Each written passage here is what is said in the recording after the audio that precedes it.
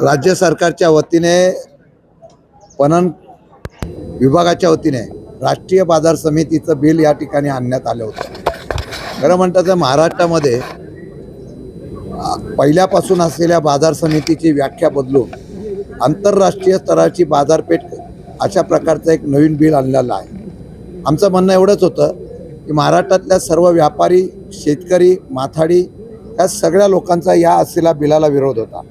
पूर्वीची असलेली बाजार समितीची अवस्था मॉडेल ॲक्ट आणल्यानंतर हळूहळू त्या ठिकाणी ही अवस्था बिकट झाली होती। त्यात हे नवीन आणलेलं बिल आणल्यामुळे लोकांमध्ये महाराष्ट्रामध्ये नाराजगी होती।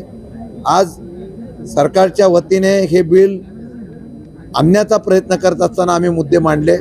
हे मुद्दे मांडत असताना पूर्वीच्या असलेल्या निवडणूक प्रक्रियेला जे व्यापारी प्रतिनिधी व्यापाऱ्यांमधून निवडणूक प्रक्रियेतून येत होते, माथाडी हमाल तिथून येत होते, त्याच ठिकाणी त्यांनी माथाडी हमाल रद्द केला।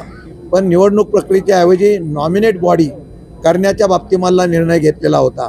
आमचा विरोध एवढाच होता की कुठलाही कायदा करा, पण राष्ट्रीय बाजार समिती करताना पूर्वीच्या बाजार समितीला धक्का लागू नये आणि त्याचबरोबर असलेल्या लोकांमधूनच निवडून देणारे प्रतिनिधी यावे, नॉमिनेट करू नये, अशा प्रकारची आम्ही हरकत घेतली आहे। मला वाटतं की बरीच चर्चा झाल्यानंतर राज्य सरकारच्या वतीने पणन मंत्र्यांनी ग्वाही दिलेली आहे की हे बिल जरी मंजूर झालं तर मार्चपर्यंत या बिलामधल्या आपल्या सर्वांच्या समितीबरोबर चर्चा करू, एक समिती स्थापन करू आणि या समिती स्थापन करून त्याच्यावर सविस्तरपणे चर्चा करून मार्चच्या अधिवेशनामध्ये सुधारित नियमावली आणून त्या प्रकारे या असलेल्या बाजार समितीच्या घटकांना कुठेही धक्का लागणार नाही अशा प्रकारची ग्वाही दिलेली आहे। मला वाटतं की महाराष्ट्रामध्ये राष्ट्रीय बाजार समितीच्या नावाखाली खाजगीकरण होऊ नये याच्या संदर्भातला आमचा विरोध तीव्र आहे।